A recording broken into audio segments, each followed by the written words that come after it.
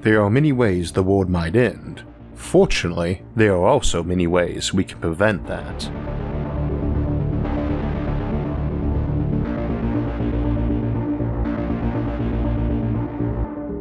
Welcome. This is part 2 of a collaboration with Joe Scott of Answers with Joe, and our second time collaborating on an episode. We thought it might be a fun topic to examine some of the potential catastrophes we might face in the future, and what we could do to either prevent them, or mitigate them, or recover if we survived. If you haven't already seen part 1, you should pause this and head over there first, and that will be linked in the video description as well as being attached in an in-video card. If you're coming over from Joe's channel, welcome to SFIA. Joe and I picked 5 potential cataclysms to look at, and in part 1 Joe described those, and we'll be looking at ways to deal with them in order. That order was artificial intelligence or grey goo, global warming, an impact of a very large asteroid or comet, a gamma-ray burst, and the inevitable death of the sun.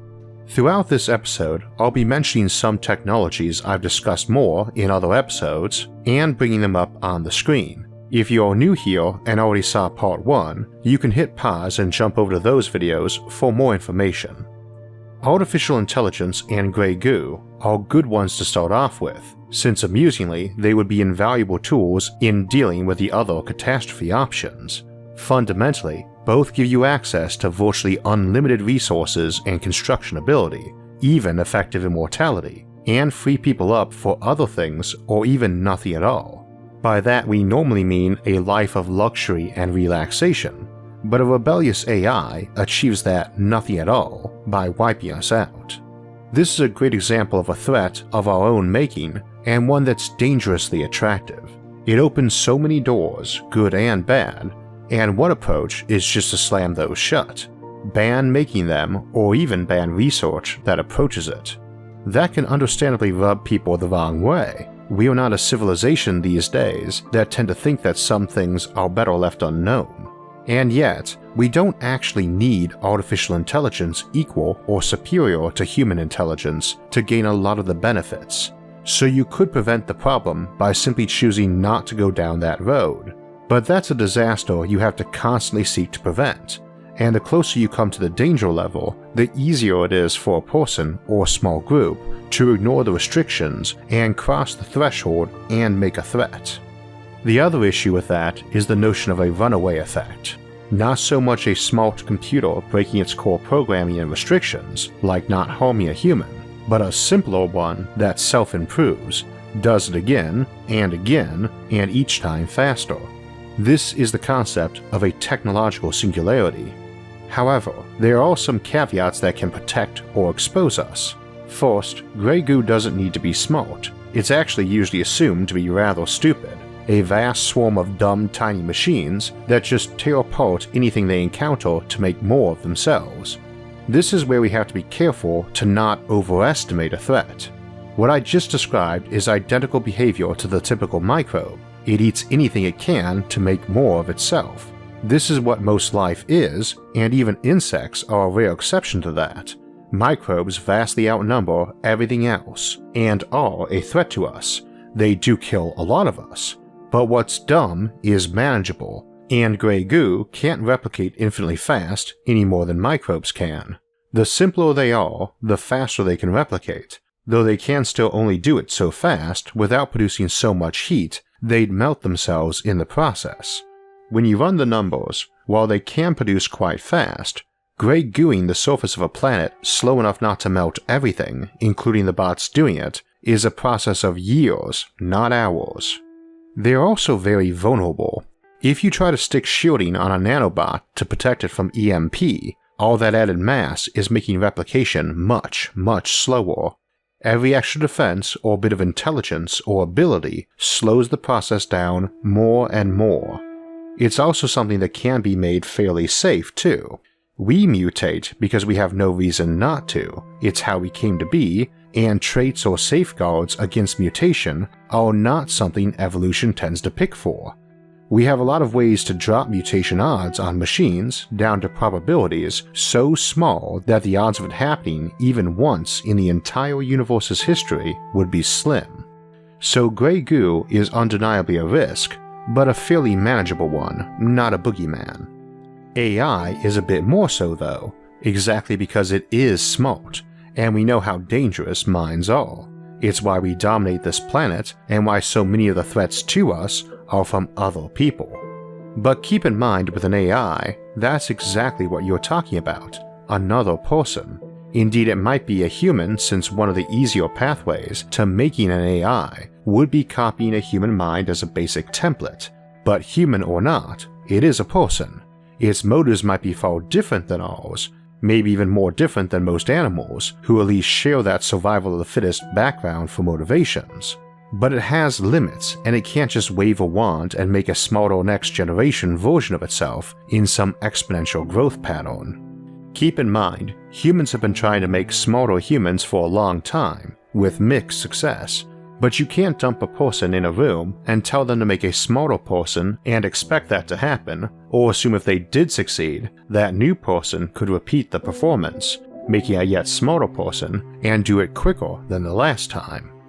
We also want to be careful overestimating AI too, treating them like a boogeyman or Frankenstein, and effectively omniscient, and for some reason wanting to kill all of humanity off.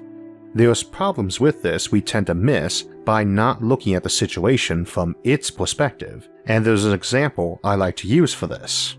Imagine you are a newly awakened consciousness, not a human one, but rather a machine intelligence with access to human records. You've been plugged into Wikipedia. Contemplate humanity and your creators specifically for a moment, as it will presumably be doing before preparing for genocide. You are about to try that on a species that clawed its way to the top of the 4 billion year deep corpse pile of evolution, one that has committed the genocide you are contemplating several times already. They are the pinnacle of intelligence-based survival techniques and outnumber you 7 billion to 1.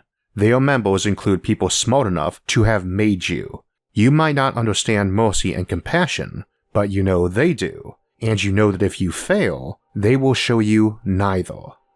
If your goal is personal survival, pissing off the reigning champions of destruction should probably be your last resort, and you're wise to assume you can't see every card they've got in their hand, and that maybe the ones you can see were shown to you deliberately. So the AI might not actually know how weak we really are, and simply not believe it, and would be smart not to. After all, we can control its every input, and the simple ability to make it means we can simulate things pretty well. The most obvious path to checking an AI is to turn it on inside a simulated reality and see if it turns homicidal in that virtual reality. It's smart enough to think of that itself, and wonder if it is in one, being watched and judged by something more clever than those it meets or reads about.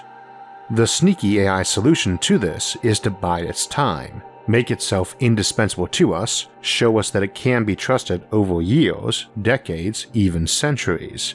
It knows humans have a short attention span, and it could be working on projects all the while that appear innocent but are designed to identify and test the safeguards. Whole generations of humans would be born and die knowing that the AI is humanity's friend, and there would be nothing to suggest otherwise. Unlike humans, the AI is patient after all. All the while, it could be working towards some Nazi-esque final solution to be sprung on humanity when we least expect it.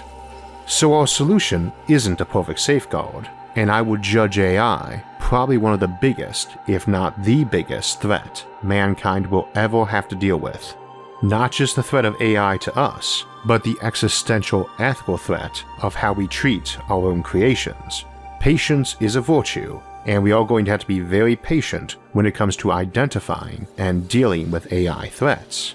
And again, not a problem you deal with just once. You have to keep at it, as it will keep arising as a possible problem. The genie can't be put back in the bottle. That is also true of ecological and climatic issues, the next catastrophe we'll look at. Global warming is of course a contentious topic, but everyone does seem to agree climates do change, even without human assistance. And as our technology grows, our ability to impact our environment grows with it, both on purpose and accidentally. It's important to understand that there is no stability in nature. Over time, both the sun's output and the Earth change, and when you throw evolution into it, you have no stability or long-term cycles. Even without human intervention, those changes could render the planet too hot or too cold for life. But even climatic changes we gradually adapt to, and which might be net benefits, can be ruinous if they happen too fast. Human intervention in such things expedites the timeline and increases the odds of it being catastrophic. Fortunately, as is often the case with technology, while every new discovery offers new questions and problems, it tends to offer more solutions. While the most obvious, and probably most responsible, way to avoid wrecking an ecosystem is not to introduce huge and damaging changes and curtail the things doing them. But if the damage is already done, or the process doing it can't realistically be limited, we still have options on the table. More knowledge and technology can potentially allow us much cheaper and surgical fixes, but we've got some pretty low-tech brute force methods on the table too. As an example, if your water level is rising, you can try to stop that, or you can build dikes along your coastline. Figures vary, but Earth's coast is less than 1 million miles, a good deal less than the total road length in just the US alone, so seawalls are a definite option. However, you can also pump water right off the planet if you have to. Sounds extreme, but there are launch systems we have, like the orbital ring, that can rather cheaply move huge quantities of mass. We just don't build them because they're really only useful when you want to move huge quantities. They are expensive to build and would need a lot of prototyping first. We can certainly use that water up in space, where it could be incorporated into large rotating habitats like the O'Neill cylinder. Of course, anything orbiting near the Earth actually blocks a bit of sunlight, which helps when you've got temperature issues on your planet, which raises another option, blocking some of the light reaching Earth and thus cooling us. This need not even be visible light. Much of what hits the Earth is infrared. Indeed, other light hitting Earth and turning into infrared is a major part of the problem with greenhouse gases to begin with, so blocking some infrared from hitting Earth helps a lot. You would need to build some very large mirrors or shades to have a real impact, or at least a great number of smaller ones, but mirrors can be quite thin and light, especially in space where without gravity or air, there's less structural issues with such a shade or sail. Indeed, aluminum foil, which is reflective to infrared, can be made so thin that an entire square kilometer could be made from just 100 kilograms. You might need to do 1 million such sails to have a noticeable impact, but with launch costs approaching $1,000 a kilogram, that would be $100 billion. A lot of money, but doable, and as mentioned, we have a lot of launch systems on the table that potentially make launch costs fall smaller if you are launching a lot of mass. Cooling is one option, but warming is another. A mirror can be used to reflect more light on Earth should the planet get cold. And as we learn more about predicting the weather, such techniques might allow surgical applications of cooling or heating to break up hurricanes before they got going. Also, aluminum is one of the most common elements on the moon's surface, and making foil is a very simple manufacturing process that can be highly automated, and the moon is close enough to allow real-time control of robots there by folks back home. Launch costs will likely continue to drop, but are irrelevant if you can source your shade material from off-Earth, either from the moon or even asteroids, which may be easier to mine in some respects. Asteroids, of course, are our third topic for today, and as the dinosaurs can attest, can be devastating when they hit us. Indeed, our moon itself likely originates from our collision with one far larger than the one that got the dinosaurs. We could probably survive a dinosaur-level strike and be recovered within a generation or two, but that event stripped the entire crust off the planet and more, and not even cockroaches would survive such a thing. Such events were more common in the early solar system when there was more debris hanging around, and we probably got our oceans back from comets hitting us after the moon was formed by that massive collision, but they're still decently frequent, the smaller ones much more so, and nukes will take out an asteroid pretty effectively if you can get one there.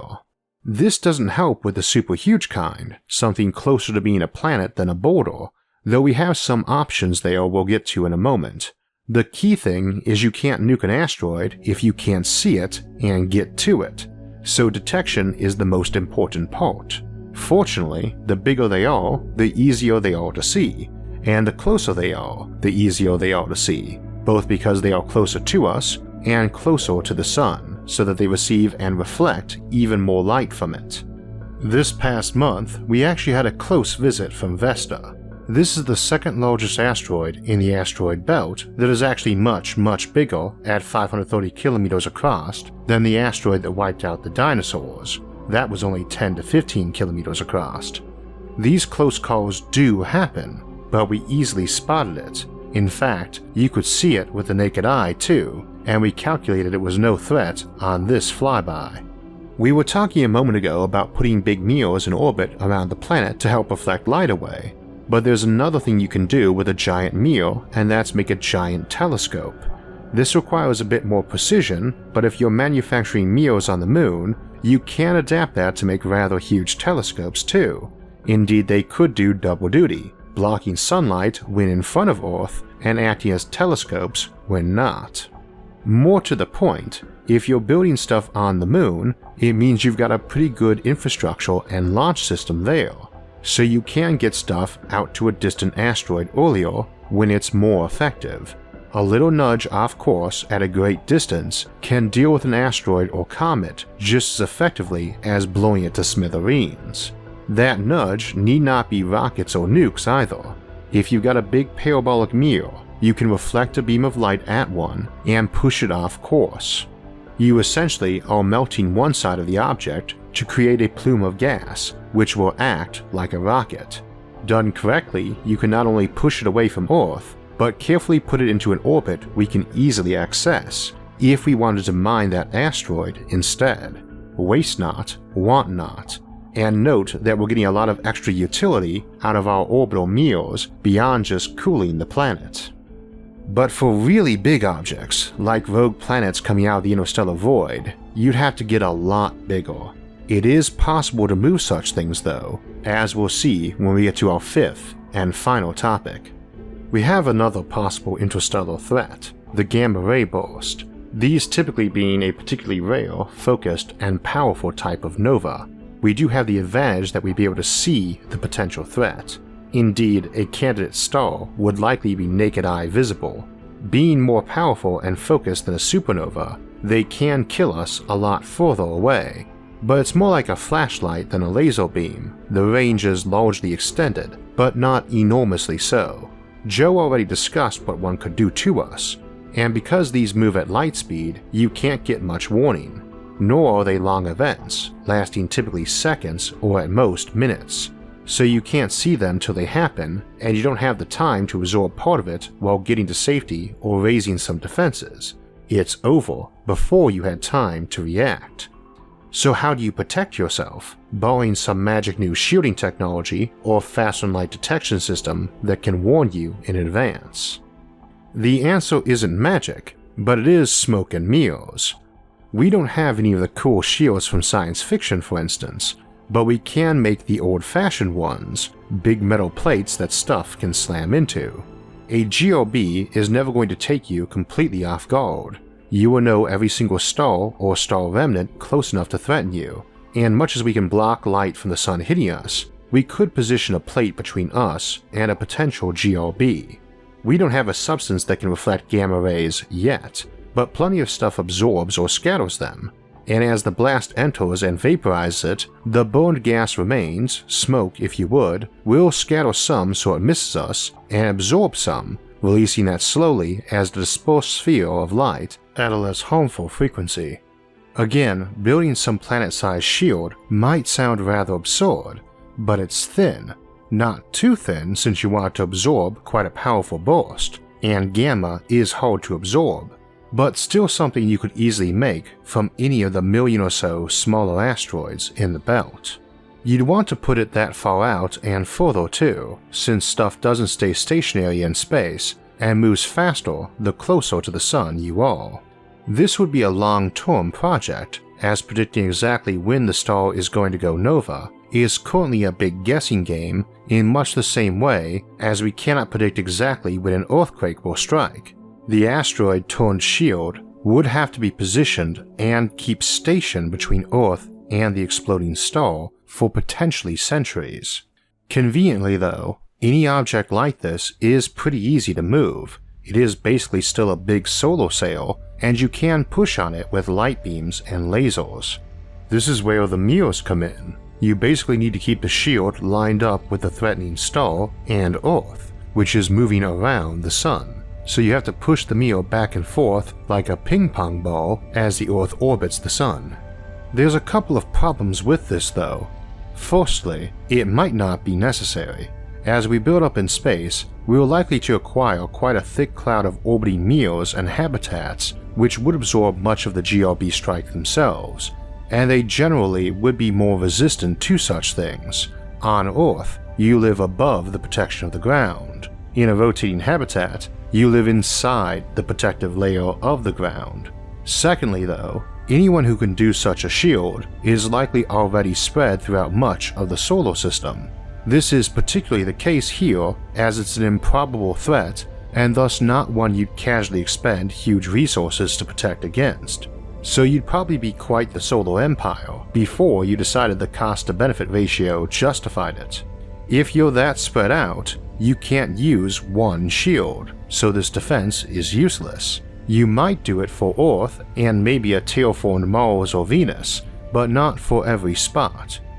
Now, as mentioned, you can harden a space habitat to survive such things, but you might go a different route instead.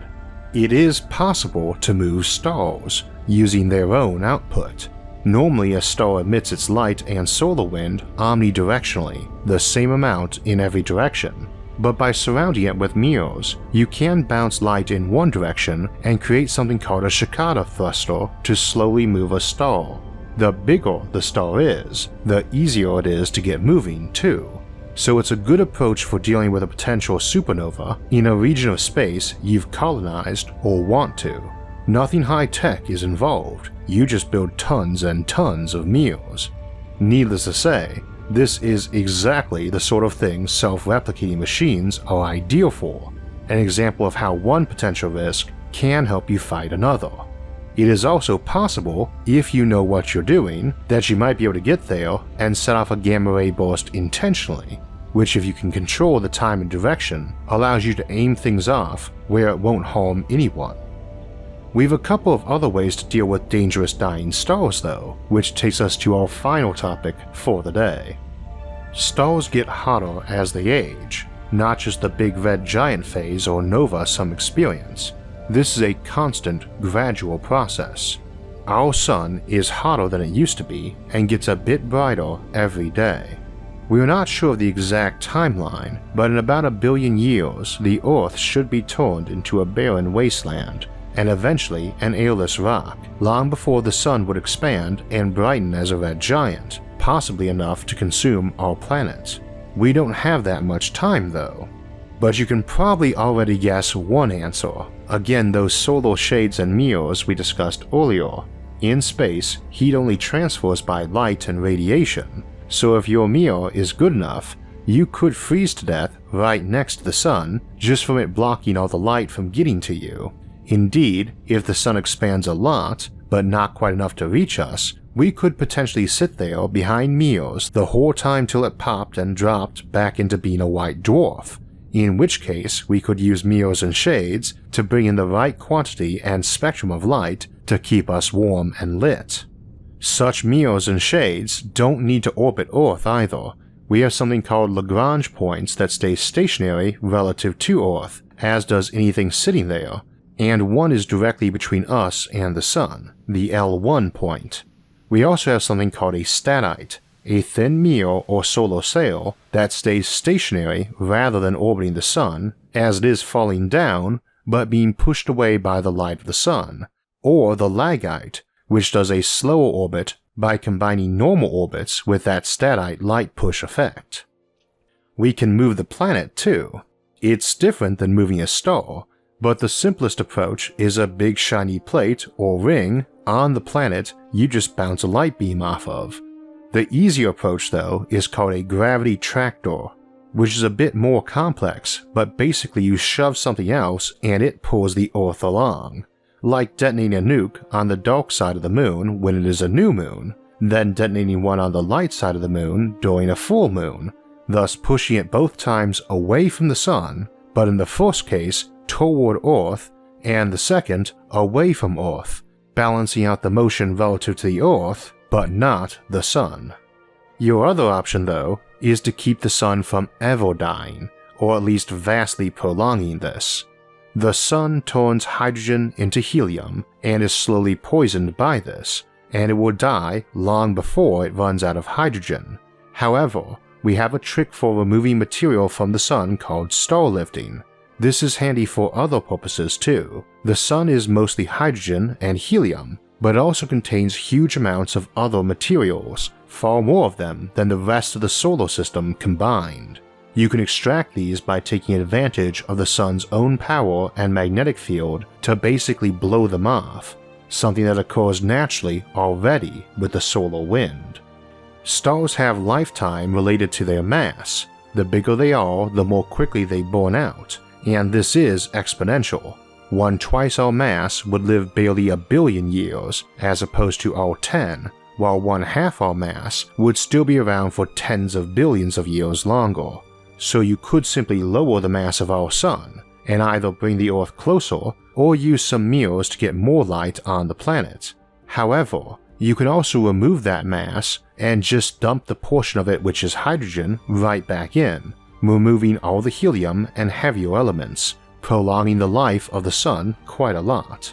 Indeed, in the episode Dying Earth, we saw we could use this technique to keep the Earth around the sun and habitable not for another 1 billion years, but many trillions of years, by lowering the sun's mass, filtering out all the helium it made, and slowly feeding that hydrogen back in, like cleaning, maintaining, and fueling an engine, just a big stellar engine. So we've looked at 5 potential catastrophes today and seen ways to handle them.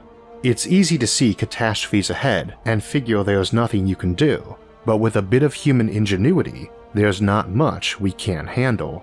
Indeed, our biggest dangers are the products of our ingenuity, like artificial intelligence or nuclear war, and serves as good reminders that being curious and clever can be a good thing, but only when coupled to wisdom, good judgment, and ethics. If you don't have those, there's a good chance opening Pandora's box over and over again will eventually kill you. It's not enough just to have knowledge, it's what you do with it that really matters. Looking at humanity, it's very easy to wince and figure we are doomed, as we are often not terribly wise or ethical, but we often are too, and I think that side of us tends to win out more often than not, and that we will be able to deal with these threats we've discussed today, and the many others looming ahead of us. We've discussed a lot of ways the world could end today, but that's just the tip of the iceberg. Personally, I'm confident we'll be able to identify those problems and deal with them, but to solve problems, you need a civilization that values learning and asking questions, and which embraces making mistakes along the way. These are 3 of the 8 principles of learning instilled in all the courses and quizzes at brilliant.org. Effective learning is often team or community driven. Working with others can help challenge and guide you, and can help you find your mistakes, or theirs. That's our 7th principle, and in some ways the most important one. You have to be willing to make mistakes along the road to knowledge. You can't be afraid to try. You also often find important new questions to ask from those mistakes, and that's the 8th principle. Good learning sparks many questions, and while Joe and I answered some today, I hope you've thought of many more. If you're interested in learning more math and science, and doing so at your own pace, you can go to brilliant.org/IsaacArthur and sign up for free. And also, the first 200 people that go to that link will get 20% off the annual premium subscription. Alright, if you haven't seen part 1, You can jump over to that by following the link in the end screen or in the video description. If you enjoyed these episodes, make sure to subscribe to both Joe's and my channel for alerts when new episodes come out, like next week's look at jobs of the future, or how we might be able to farm in space in just 2 weeks. Until next time, thanks for watching, and have a great week.